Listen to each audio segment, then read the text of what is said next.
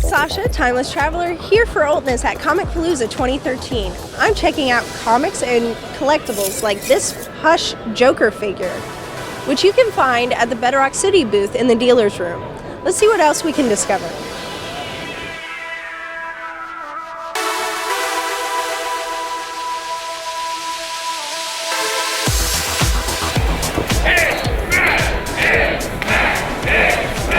We're here with Vlad Yudin at the Head Smash booth at Comicpalooza 2013. Yes, very excited to be here. Great feedback from the audience, of course, and it's amazing to be in Texas, Houston. The story of Head Smash is a story of revenge, salvation, and a lot of very gritty action. And the story of a young orphan growing up in the city of Ares, which is a pre-apocalyptic city, ruled by different gangs and syndicates, and it's a very nightmare city, basically. And then Smash gets adopted by Maurice, who runs the Horde, which is the biggest syndicate of the whole city, and becomes a father figure to him and a mentor. And then one day he gets betrayed by Maurice, and his pregnant wife gets kidnapped from him, and he's trying to understand why that happened. So he gets a hold of a special serum that makes his eye glow blue, and he starts a revenge against the Horde and everybody who betrayed him, basically, along the way. And it's a cool story. It teaches us to stand up for your beliefs and for your family, and we're getting great feedback about it. What have fans said about your comic? Very blessed because we've been having great feedback. They love the art. Tim Bradstreet is an artist, a great artist who did Punisher. He did our artwork. You can see it here. Amazing artist, and people really love it. And Dwayne Harris did our actual comic, work inside the book. And people love the colors. They love the gritty feel, the grainy feel too. So it's phenomenal. What sets Houston apart from the other cities you've shown? Oh, I'm sorry. It's similar because people they enjoy it. So people come out with families, and it's a similar experience. I think Houston, of course, the venue is huge. Everything is bigger in Texas, right? So it's like big, really big venue. It's like, wow, impressive. Where can we find your comics?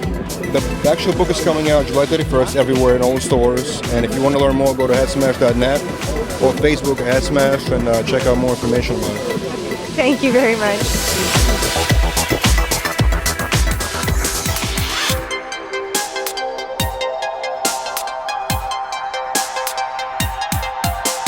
I'm at the Bedrock City booth at Comicpalooza, and I'm going to talk to Leanne about what they have here today. What's your most expensive, most desired comic? Most expensive comic, most desired comics is going to be an Action #1. Unfortunately, we don't have one of those here today. We've got a lot of good Golden and Silver Age books on the other side of the booth. I'm not allowed over there. And then today we brought some t-shirts, some old movie posters, some old rock posters, some toys, just kind of a miscellaneous selection of what we carry in the store. And where can we find your store? The stuff at the booth today came from our location on Westheimer. We also have 3 other locations around town. North side on FM 1960. We have one Midtown on Washington, and then we have one on the south side on Bay Area Boulevard. Thank you.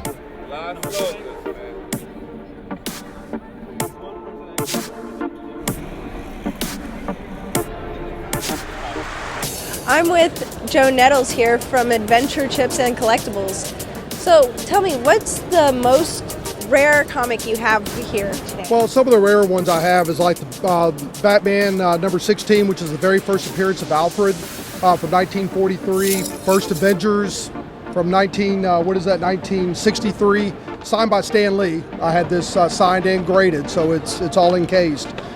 With other things that I have, not just the comics, the autographs. I have celebrity autographs from anywhere from Vin Diesel to the Battlestar Galactica gang to William Shatner, Stan Lee, whatever y'all are looking for.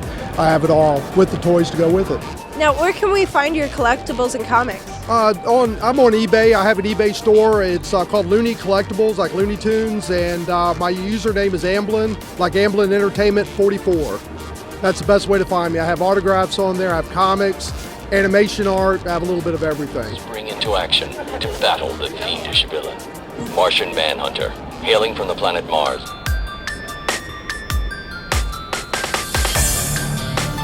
I'm with Mike Champion, looking at all of his awesome artwork. I even bought that piece a few years ago at this very convention. Can you tell me about your style and how you came up with these? Yeah, you know, when I was a kid growing up, I liked the really heavily shaded artwork that looked more realistic as opposed to cartoony or manga style or stuff like that. So I just, you know, now I just kind of draw what I liked as a kid, more realistic looking, and just, you know, all kinds of black inks everywhere. A lot of the industry now, the pencilers tend to do more of a line art, just real tight pencils, and they leave the shading up to the colorists. But, you know, again, the stuff I grew up with, a lot of the comic books from England and everything had the real heavy shading, and so that's kind of what I like. It was just kind of a gritty thing. I hate drawing straight lines, so everything has a dent or something in it, you know, so just real rough. What's your favorite subject to draw? Oh, medieval stuff, by far. I love drawing Game of Thrones stuff, or you know, Spartacus TV series, but or anything medieval. I'm a big medieval history buff. Know a lot about the First Crusades, so that's what I like drawing. What is your experience at this year's Comicpalooza been like? I know you've been here in years past, so what makes this one so special? You know, I was fortunate enough this year to be placed towards the front by the door with a nice booth space, so crowd's been good. The nice thing about this convention center is it's big, so the crowd can kind of spread out a little bit and everybody can have some breathing room. And so that's made a nice environment where things are kind of not mellow, but it's nobody, you know, they're not crammed in and real frantic. Everybody can kind of conduct their business leisurely and kind of enjoy their time, and that's you know, on both sides of the table. I've been able to do my business, and it's been really good business, but just kind of calmly, not scurrying around a bit. And where can we find your work? At michaelchampion.net. So it's myname.net. Try to make it easy for everybody.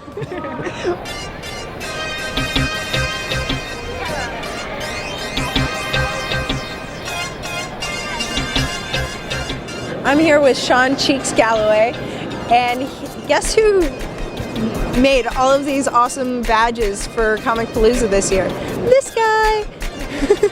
So how do you feel having your work on all of the badges? Well, how I feel about that is, well, it wasn't a surprise because they asked me for some high-res pieces. So, but it's an honor for sure. I've never had this happen before, so it's pretty surreal, to be honest. But it wasn't a surprise.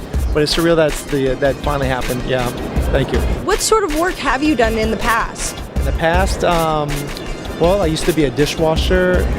No, are you talking about artwork-wise? Okay, gotcha. Okay. Well, I started off in comics doing Venom number 13 as a fill-in penciler, and then I got into covers for Teen Titans Go for 2 years, and I designed Hellboy animated, and I designed the Spectacular Spider-Man animated. Yeah. So where can we find your work? Well, the quickest place you can find it is right here. But you can find my work online. It's if you go to tabletaffy.com. It's a lot of my books are on there, and some of my toys, I guess. But you know, comic shops, you know, you name it. Yeah, Stewarding too. Yeah. Well, thank you so much for talking to us today. Thank you. Thank you guys.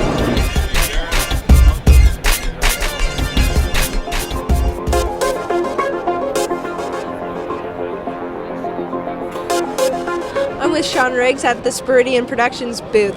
How long have you been doing models? As a business, this is our first show getting back into it after a 7-year hiatus. Just painting and sculpting, I've been for about 28, 29 years. How do you feel about demoing all of your work here at Comicpalooza? It's very humbling because you're putting everything you have into each individual painting or sculpture, whatever it is we're working on, and we get everyone's natural reactions to whatever it is, be it they like it or hate it. We're going to know right there on the spot. I see that you put a lot of detail into each piece. Which is your favorite? That's actually a good, tough question. My favorite would be as we're pointing to our left, there's Two-Leg Chicken Walker. It's based off of a war game, and it's got approximately 65 to 70 pieces. Took almost 100 hours. Different ones for different pieces, but that was one of the first ones I did in this collection. Well, thank you so much for talking with us.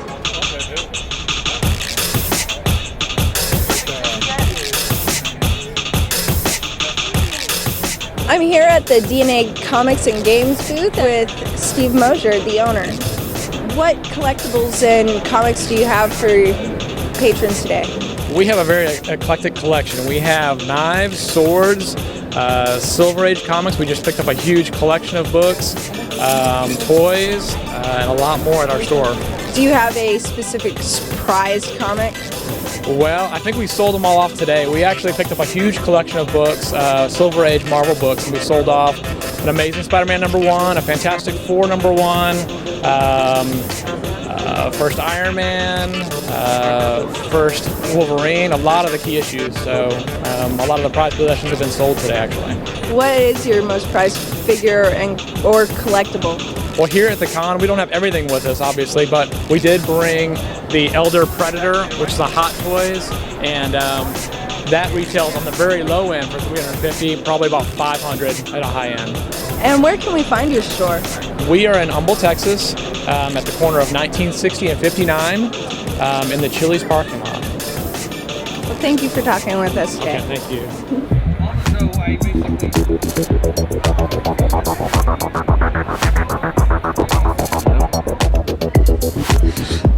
Wow, it's been a really long week, but it's been a blast and a half. I got to hang out with my buddies at Bedrock City, and I checked out some of the merchandise at DNA Comics and Games. It's been just an awesome experience. I even got this autograph from Sean Galloway, who designed all of the badges for Comicpalooza this year. I really hope to be here next year because this has just been awesome. And to keep track of what we're up to, visit Ultness.com, and I will hopefully see you guys next year for all this amazing excitement.